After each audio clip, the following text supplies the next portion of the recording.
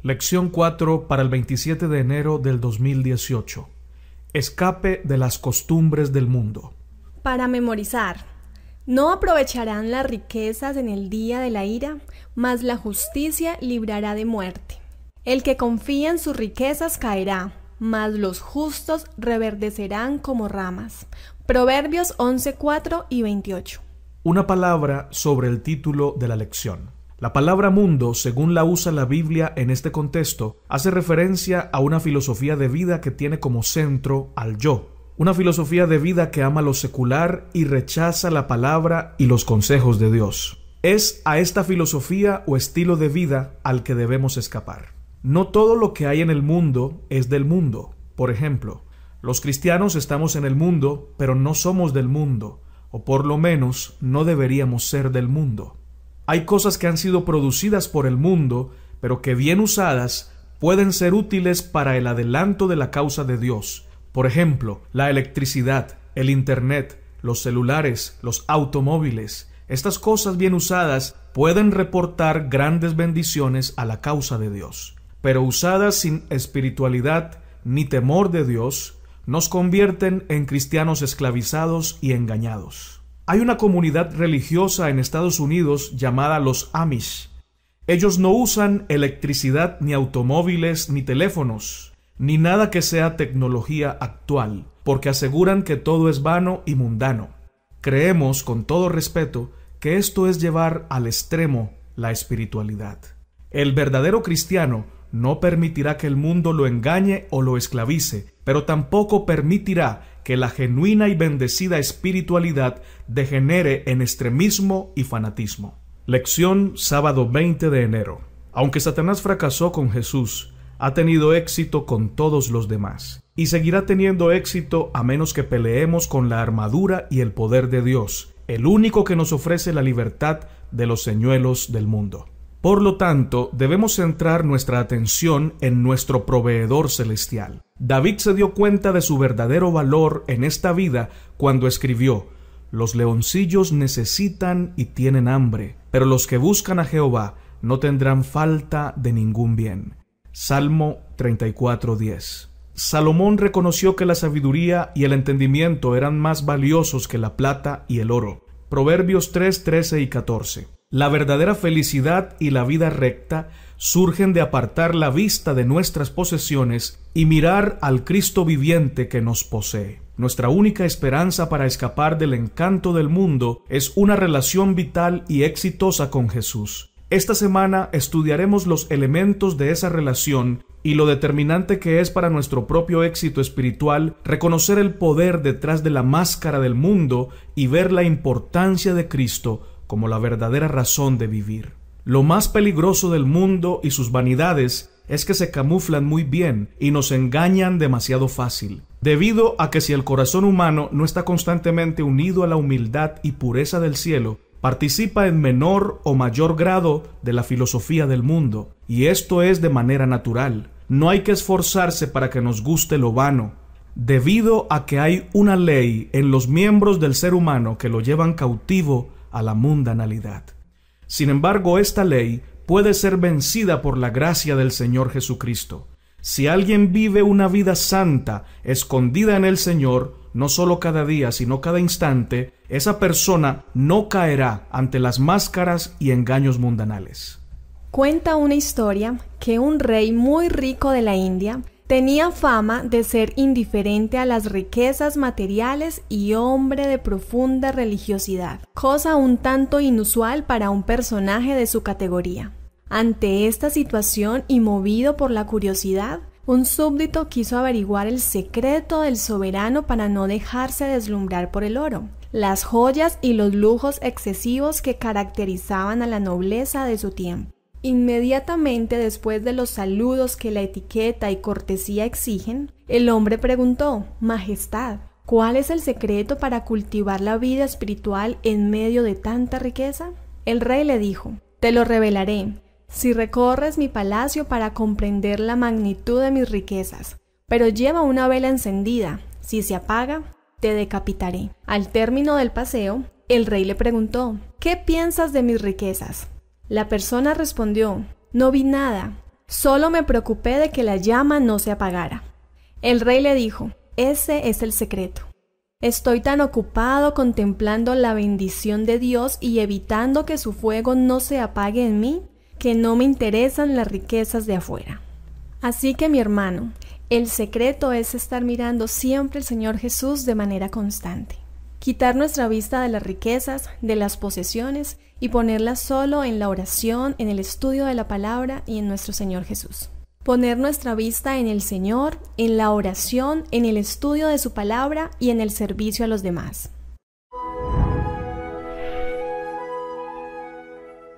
Lección para el domingo 21 de enero. Una relación con Cristo.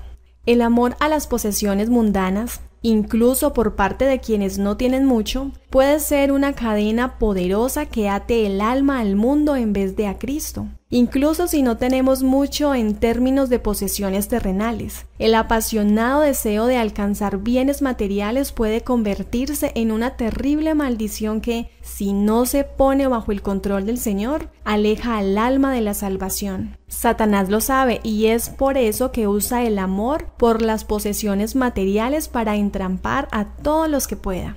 ¿Cuál es nuestra única protección? Poner la mirada en las cosas de arriba, no en las de la tierra. Colosenses 3:2. ¿Cómo podemos hacer lo que Pablo nos indica? Veamos Salmo 119:11 y Efesios 6:18. Salmo 119:11. En mi corazón he guardado tus dichos, para no pecar contra ti. Efesios 6:18. Orando en todo tiempo con toda oración y súplica en el Espíritu, y velando en ello con toda perseverancia y súplica por todos los santos.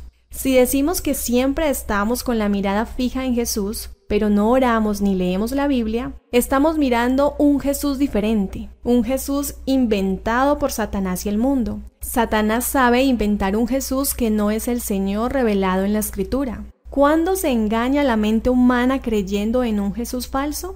Cuando rechaza leer la palabra, el espíritu de profecía y se niega a vivir una vida de oración y obediencia. Es muy peligroso para el creyente vivir sin una constante práctica de lo que se estudia en la palabra viva, porque Satanás puede hacerle creer que está bien espiritualmente, aunque no lea la palabra ni la obedezca. Pero cuando el cristiano lee la palabra, ora, investiga, comparte con otros y practica lo que estudia, Satanás no puede tocarlo ni vencerlo. ¿Qué otros versículos puedes encontrar que nos digan en qué debemos mantener enfocada nuestra mente? Veamos Filipenses 4:8. Por lo demás, hermanos, todo lo que es verdadero, todo lo que es honesto, todo lo justo, todo lo puro, todo lo amable, todo lo que es de buen nombre, si hay virtud alguna, si algo digno de alabanza, en esto pensad. La única cura para la mundanalidad, cualquiera que sea su forma, es una continua devoción a Cristo durante los altibajos de la vida. Salmo 34:1. Moisés tuvo por mayores riquezas el vituperio de Cristo que los tesoros de los egipcios.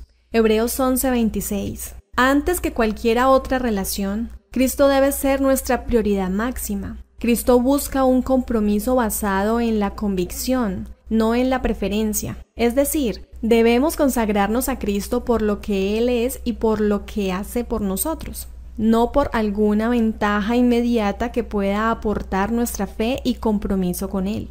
Nuestra vida debe esconderse en Jesús y sus planes deben ser nuestros planes. El verdadero compromiso es poner nuestras manos en el arado sin mirar hacia atrás. Lucas 9:62.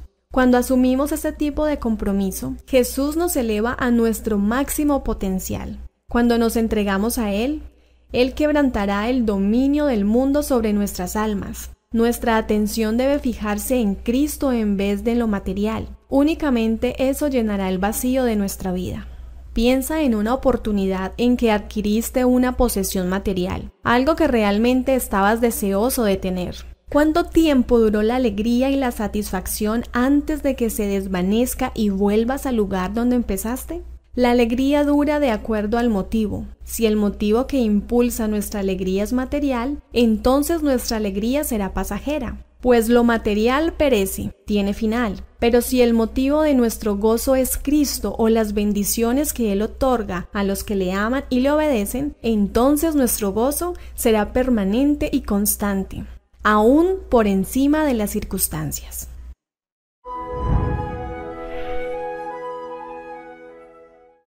Lección para el lunes 22 de enero. En la palabra. Se han distribuido más de 6.000 millones de ejemplares de la Biblia en todo el mundo, pero ¿cuántos la consideran la palabra del Dios viviente?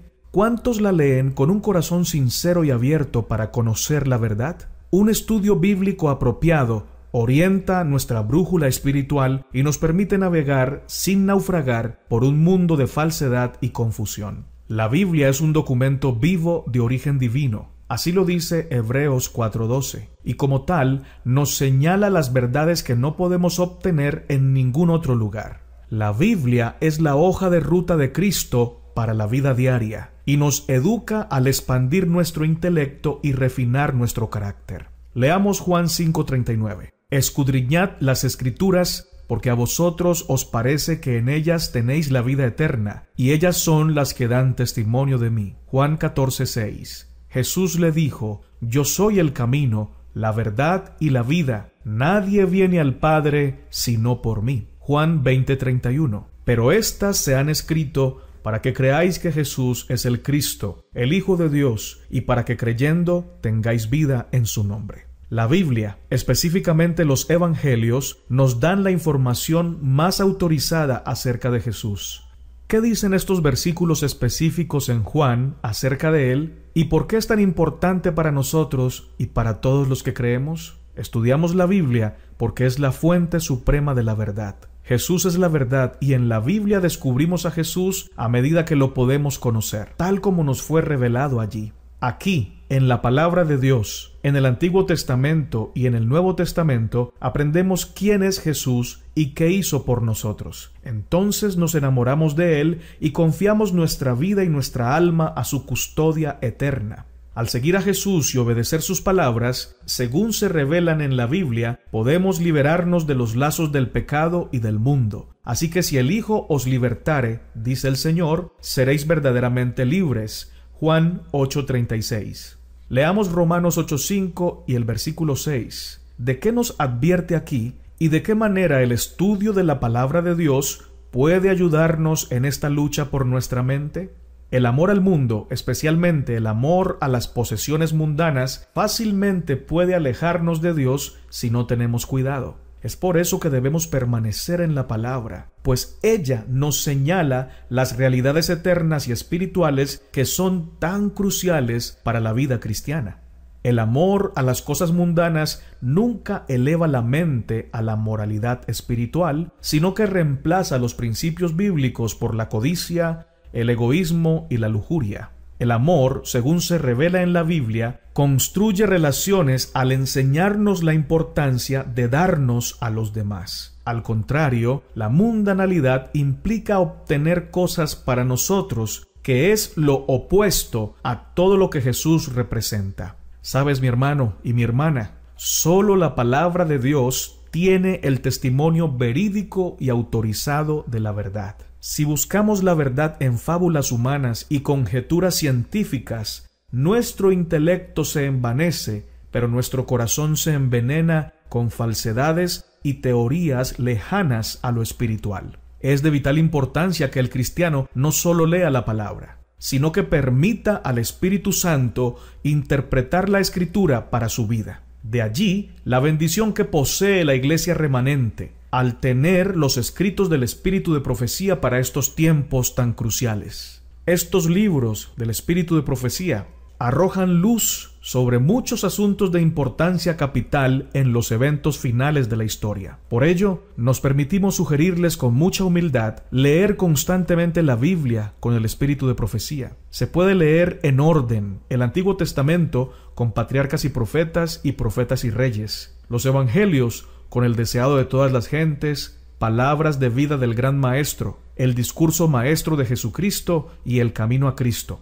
los Hechos de los Apóstoles y las cartas del Nuevo Testamento con el libro escrito por la hermana de White llamado Hechos de los Apóstoles y complementar con el conflicto de los siglos. Si practicamos una vida de oración y de estudio ferviente y constante, las trampas del mundo no podrán destruir la fortaleza de Dios construida en nuestra mente, en nuestra vida. Pidamos al Señor que nos permita estudiar y practicar su palabra de amor y santidad, sin por ello llegar a creernos jueces o dictadores con la autoridad de regir las vidas de otras personas a nuestro gusto o a nuestra interpretación.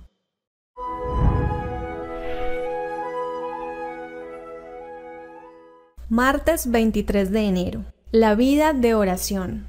Y esta es la vida eterna, que te conozcan a ti, el único Dios verdadero, y a Jesucristo a quien has enviado. Juan 17:3. No es de extrañar que los cristianos a menudo digan que su fe gira en torno a una relación con Dios. Si conocer a Dios es vida eterna, entonces podemos hallar esa vida a través de una relación con Él. Y por supuesto, lo primordial de esa relación es la comunicación. Ayer vimos que Dios se comunica con nosotros mediante su palabra divina. Nosotros, a su vez, comulgamos con Él mediante la oración. Como hemos visto, debemos poner nuestra mente y corazón en las cosas celestiales y no en las cosas de este mundo. Entonces la oración es fundamental. Esto es porque, por su misma naturaleza, la oración nos señala un reino más elevado que el del mundo mismo. Sin embargo, incluso aquí debemos tener cuidado porque a veces nuestras oraciones pueden ser meramente una expresión de nuestra propia naturaleza egoísta. Por eso necesitamos orar en sumisión a la voluntad de Dios.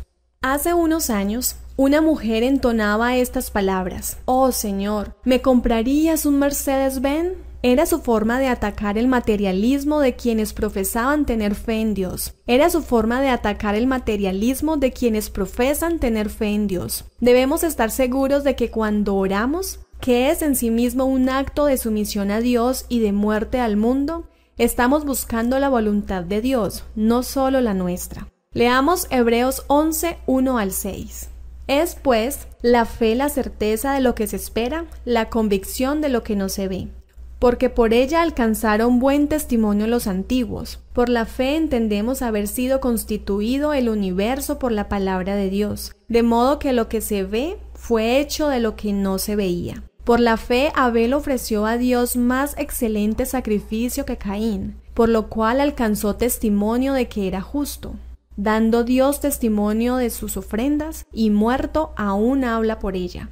Por la fe Enoc fue traspuesto para no ver muerte, y no fue hallado, porque lo traspuso Dios, y antes que fuese traspuesto, tuvo testimonio de haber agradado a Dios. Pero sin fe es imposible agradar a Dios, porque es necesario que el que se acerca a Dios crea que le hay, y que es galardonador de los que le buscan. ¿Cuál es el componente fundamental que debe mezclarse con todas nuestras oraciones? Además, ¿qué significa acercarse a Dios con fe y orar con fe? Si nuestras oraciones no van unidas a la fe, habrá presunción, la fe falsa de Satanás.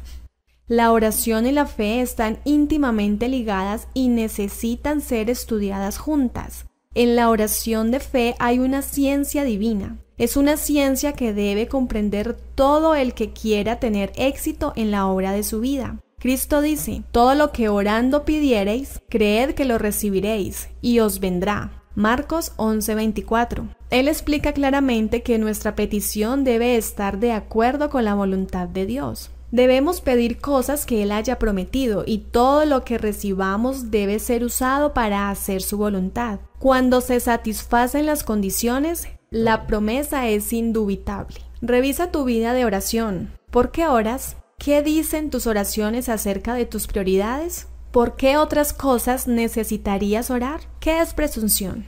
Leamos lo que nos dice el Espíritu de Profecía. Obreros Evangélicos, página 274. Únicamente aquel que tiene verdadera fe está seguro contra la presunción, porque la presunción es la falsificación que Satanás hace de la fe. La fe se aferra a las promesas de Dios y produce fruto en obediencia. La presunción se atiene también a las promesas, pero las emplea como las empleó Satanás, para disculpar la transgresión. La fe habría inducido a nuestros primeros padres a confiar en el amor de Dios y obedecer sus mandamientos. La presunción los indujo a violar su ley, creyendo que su gran amor los salvaría de las consecuencias de su pecado. No es fe la que pretende el favor del cielo sin cumplir con las condiciones en que se ha de otorgar la misericordia. La verdadera fe tiene su cimiento en las promesas y provisiones de las Escrituras. Fin de la cita.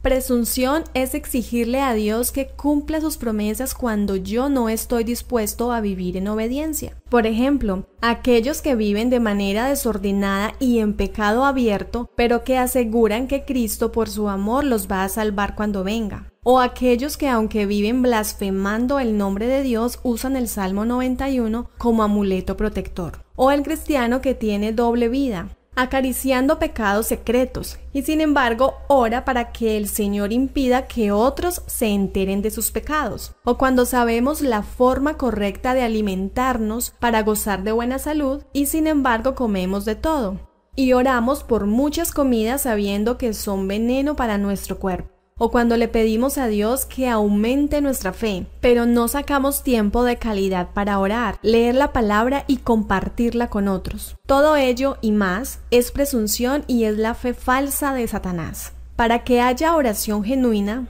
debe haber un corazón transformado, un corazón que haya nacido de nuevo. Los corazones carnales también oran. El mundo se viste de religiosidad también y sabe orar bonito, pero no conforme a la voluntad de Dios. El corazón no regenerado pide las bendiciones de Dios para usarlas para los deleites del mundo. Por ejemplo, Dios, dame vida para seguir bailando, consumiendo alcohol y disfrutando de vanidades. Dios, dame dinero para comprar ropa fina, casas grandes y lujos llamativos. Dios, dame el don de cantar y predicar para tener admiradores y que sepan cuán talentosa soy. La verdadera oración es la que es hecha por un corazón humilde, que solo desea que Dios sea glorificado. Y esto incluye estar dispuestos a sufrir lo que haya que sufrir para que ese cometido se cumpla. Sea en gozo o sea en tristeza, el corazón espiritual solo anhela exaltar a Dios y a su verdad.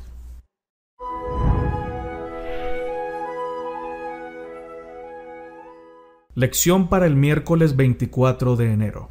La vida de sabiduría.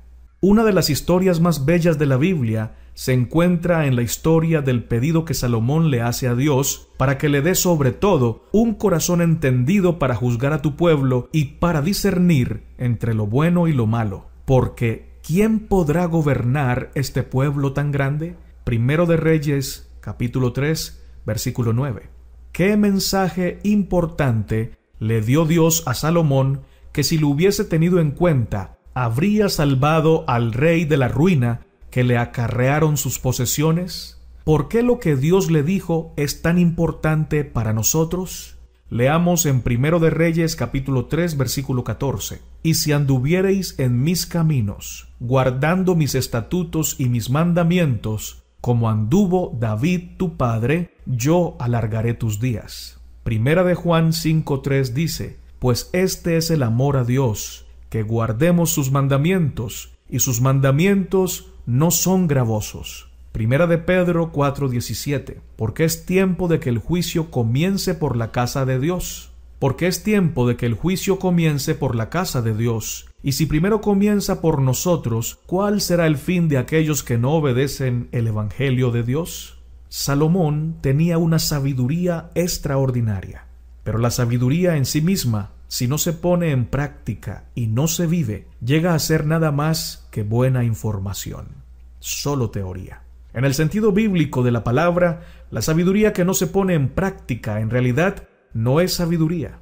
Se perderán muchas personas que habrán tenido mucha información correcta acerca de Dios y sus requerimientos. Pero la falta de obediencia de Salomón hizo que se alejara de los caminos a los que el Señor lo había llamado. Recién más adelante en la vida entró en razón y con humildad escribió: porque mejor es la sabiduría que las piedras preciosas, y todo cuanto se puede desear no se compara con ella. Proverbios 8:11. La sabiduría es la aplicación del conocimiento y el entendimiento. El conocimiento representa los hechos, el entendimiento representa el discernimiento, y la sabiduría se da en el proceso de aplicar nuestro entendimiento y conocimiento a nuestra vida práctica. Un mayordomo sabio no solo necesita conocimiento y entendimiento, sino también la experiencia que se obtiene al vivir ese conocimiento y ese entendimiento. El ejemplo de Salomón nos muestra con cuánta facilidad hasta el más sabio y el más entendido puede verse arrastrado por la vaciedad de un estilo de vida materialista si no pone en práctica el conocimiento que Dios le ha dado. Comparemos 1 Corintios 3:19 con Proverbios 24, 13 y 14. ¿Cuál es la diferencia entre los dos tipos de sabiduría que se mencionan en estos versículos? Leamos 1 Corintios 3:19. Porque la sabiduría de este mundo es insensatez para con Dios, pues escrito está, Él prende a los sabios en la astucia de ellos. Proverbios 24, 13 y 14 nos dice, come, hijo mío, de la miel, porque es buena, y el panal es dulce a tu paladar. Así será a tu alma el conocimiento de la sabiduría. Si la hallares, tendrás recompensa, y al fin tu esperanza no será cortada. La sabiduría del mundo es falsa, porque tiene como objetivo negar la verdad de Dios. Busca razones científicas, pero olvida las razones espirituales. Hace que los hombres rechacen el consejo de la palabra de Dios y se aferren de los argumentos de hombres mal llamados sabios. La sabiduría de Dios siempre está acompañada de humildad. Humildad para reconocer que el único sabio es Dios y que la sabiduría genuina, verdadera, conlleva siempre a la obediencia y a la pureza. La sabiduría de Dios es altruista, piensa siempre en servir, ayudar y edificar para la eternidad. Pero la sabiduría de los hombres siempre tiende a la incredulidad, al orgullo y a la soberbia. Solo piensa en lo pasajero, en lo material, en lo que se acaba. Que Dios nos permita todos los días participar de su sabiduría santa, que nace del temor a Jehová, de vivir los principios de su palabra, de vivir el amor reflejado en ella, de vivir la práctica del amor que se refleja en el carácter de Dios.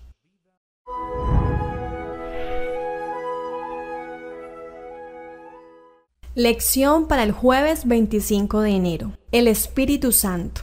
El gran conflicto es real. Hay dos bandos que están luchando por nuestra alma. Uno nos atrae a Cristo, Juan 6:44, y el otro al mundo, Primera de Juan 2:16. El poder del Espíritu Santo en nuestra vida nos atrae en la dirección correcta si tan solo nos sometemos a Él. Pero cuando venga el Espíritu de verdad, Él os guiará a toda la verdad, porque no hablará por su propia cuenta, sino que hablará todo lo que oyere, y os hará saber las cosas que habrán de venir. Juan 16:13. Veamos además Juan 14:16.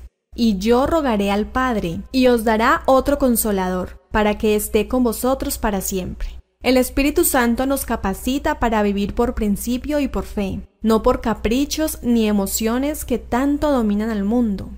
La preparación exitosa para vivir en el cielo se da al vivir fielmente en este mundo bajo la dirección del Espíritu Santo. Pablo aconseja que vuestra fe no esté fundada en la sabiduría de los hombres, sino en el poder de Dios. Primera de Corintios 2:5. El atractivo del mundo, a menudo a través de posesiones materiales, nos aleja del Señor. En contraste, si no nos resistimos, el poder del Espíritu Santo nos llevará a Jesús. El éxito en la batalla con el mundo y sus atractivos lo lograremos solo desde afuera. Leamos Ezequiel 36, 26 y 27. Os daré corazón nuevo, y pondré espíritu nuevo dentro de vosotros, y quitaré de vuestra carne el corazón de piedra, y os daré un corazón de carne. Y pondré dentro de vosotros mi espíritu, y haré que andéis en mis estatutos, y guardéis mis preceptos, y los pongáis por obra. Juan 14:26. Mas el Consolador, el Espíritu Santo, a quien el Padre enviará en mi nombre, Él os enseñará todas las cosas y os recordará todo lo que yo os he dicho. Efesios 3, 16 y 17. Para que os dé, conforme a las riquezas de su gloria, el ser fortalecidos con poder en el hombre interior por su Espíritu, para que habite Cristo por la fe en vuestros corazones. Cuando permitamos que el Espíritu Santo tome posesión de nosotros, ¿qué cosa hará Dios para asegurarse de que obtengamos la victoria espiritual? Nos dará un nuevo corazón, cambiará nuestro carácter, nos llenará con su Espíritu Santo, escribirá en nuestro corazón su santa ley y nos dará la fuerza para que andemos en obediencia. El deseado de todas las gentes, páginas 624 y 625 nos dice: por medio de falsas teorías y tradiciones es como Satanás obtiene su poder sobre la mente, induciendo a los hombres a adoptar normas falsas, deforma el carácter. El Espíritu Santo habla a la mente y graba la verdad en el corazón a través de las Escrituras. Así, expone el error y lo expulsa del alma. Es por medio del Espíritu de verdad, obrando a través de la palabra de Dios, como Cristo subyuga a sí mismo a su pueblo escogido. Fin de la cita. El Espíritu Santo es el relator de la verdad y es el don supremo que Jesús podría dar para representar a la deidad en la tierra después de su ascensión. El Espíritu Santo se esfuerza por darnos poder para vencer el poderoso señuelo del mundo y sus encantos. El mundo nos atrae a todos, ¿verdad?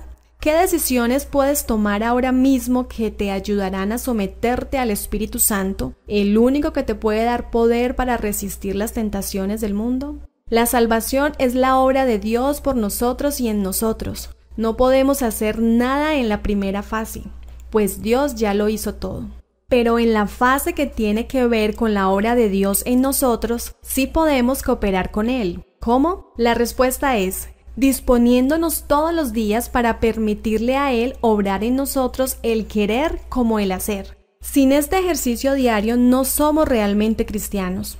¿Cómo sabemos que estamos viviendo una vida de entrega total? Porque ya no tomamos decisiones basadas en nuestros sentimientos o caprichos. Ahora decidimos por principios y por la fe. Déjame ponerte algunos ejemplos. Si vivimos por sentimientos y caprichos, entonces comemos lo que nos place, no lo que Dios nos aconseja. Perdonamos a quien nos cae bien, pero seguimos odiando a quien definitivamente nos cae mal. Vestimos como dicta la moda, sin importar lo que diga Dios. Compramos lo más costoso, aunque podríamos comprar algo igual de bueno con menor precio, y usar lo sobrante para ayudar a otros que están pasando por momentos difíciles.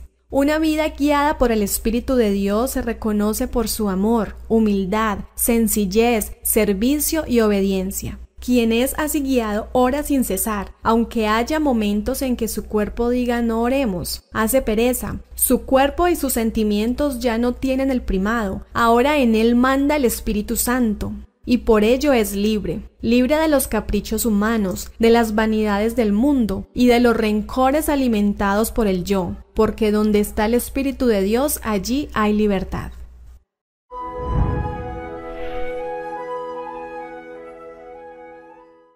Lección para el viernes 26 de enero. Para estudiar y meditar. Un mayordomo actúa según los principios gemelos del deber y del amor. Recuerden que el deber tiene un hermano gemelo, que es el amor. Cuando estos se unen, pueden lograr casi cualquier cosa, pero si están separados, ninguno es capaz de hacer el bien. Testimonios para la Iglesia, tomo 4, página 66.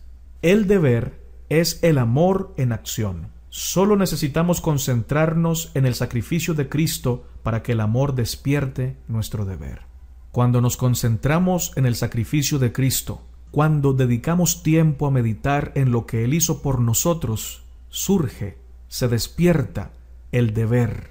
Nuestro corazón anhela servirle, anhela hacer lo mejor para Él, porque nos damos cuenta todo lo que Él sacrificó por amor de nosotros, todo lo que Él hizo para salvarnos. Entonces surge en nuestro corazón el deseo de cumplir nuestro deber, ya no por obligación, sino por puro y sencillo amor, por pura y sencilla gratitud.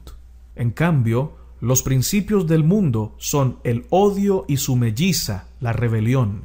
La rebelión puede ser odio en acción. Lucifer se rebeló contra Dios, y Satanás nunca dejará su actitud de rebelión, sus actos de rebelión, hasta que sea destruido. Él convirtió la autoridad del amor en el amor a la autoridad. Los líderes religiosos de Israel odiaban la autoridad y el poder que Jesús poseía. Mateo 22-29. A pesar de que vieron la sencillez, el amor, el altruismo, la bondad del Señor Jesucristo, ellos no cambiaban de actitud. Y es que el materialista considera el amor como una debilidad y el odio como una fortaleza. Considera el servicio como una humillación que rebaja al ser humano y cree que al ser servido es exaltarse por encima de los demás, y aplaude esa actitud en los corazones egoístas. Pero los sencillos, los que aman a Jesús, los que sirven al Señor, consideran que el servicio es su mayor deleite, su mayor privilegio, porque saben que cuando sirven en realidad les sirven al Señor. Su privilegio y su gozo más grande es servir al Señor de la gloria. Pero también saben que la mejor forma de servir al Señor es obedeciendo sus mandamientos y sirviendo al prójimo. Preguntas para dialogar. Sigue analizando esta idea del amor y del deber. ¿Qué quiere decir Elena de White cuando después de llamarlos gemelos dice que si no están juntos, ninguno por sí solo es capaz de hacer el bien? ¿Cómo es el amor sin el deber y cómo es el deber sin amor? ¿Por qué deben estar juntos? El versículo de memoria para esta semana dice: no aprovecharán las riquezas en el día de la ira, mas la justicia librará de muerte. El que confía en sus riquezas caerá, mas los justos reverdecerán como ramas. Proverbios 11, 4 y 28. ¿Cuál es el significado de este texto? ¿Qué dice y qué no dice acerca de las riquezas? En clase, analicen la vida de Salomón. Pregunten cómo pudo haberse descarriado tanto. Busquen versículos en el libro de Eclesiastés que ayuden a revelar la futilidad y la vacuidad de las posesiones mundanas, sea que tengamos muchas como Salomón o no. ¿Qué hemos aprendido esta semana sobre la oración, sobre el estudio de la Biblia y sobre nuestra relación con Cristo, que nos puede mantener en el camino correcto espiritualmente hablando? Incluso los que no tienen muchas posesiones mundanales, ¿cómo pueden quedar atrapados en la trampa que Satanás les pone? ¿Qué respuesta obtuviste con respecto a la pregunta final del miércoles sobre los diferentes tipos de sabiduría? Para terminar, quiero compartir con ustedes algunos apartes de la vida de Salomón que extraje del libro Profetas y Reyes, del capítulo Resultados de la Transgresión. Antes de leer los textos sacados del espíritu de profecía, quiero definir la palabra abnegación, pues va a ser una palabra clave con respecto a lo que la hermana de White va a hablar, que fue lo más importante que Salomón olvidó y por ello cayó hasta donde cayó.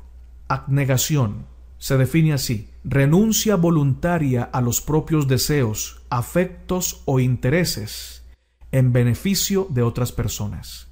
Renuncia voluntaria a los propios deseos, afectos o intereses en beneficio de otras personas. Comienza la cita. Si con humildad Salomón hubiese continuado desviando de sí mismo la atención de los hombres para dirigirla hacia aquel que le había dado sabiduría, riquezas y honores, cuán diferente habría sido su historia. Pero así como la pluma inspirada relata sus virtudes, atestigua también con fidelidad su caída. Elevado al pináculo de la grandeza y rodeado por los dones de la fortuna, Salomón se dejó marear, perdió el equilibrio y cayó. Constantemente alabado por los hombres del mundo, no pudo a la larga resistir la adulación. La sabiduría que se le había dado para que glorificase al dador le llenó de orgullo. Permitió finalmente que los hombres hablaran de él como del ser más digno de alabanza por el esplendor sin comparación del edificio proyectado y erigido para honrar el nombre de Jehová, Dios de Israel. Así fue como el templo de Jehová llegó a ser conocido entre las naciones como el templo de Salomón. El agente humano se atribuyó la gloria que pertenece a aquel que es más alto sobre ellos. Eclesiastés 5:8.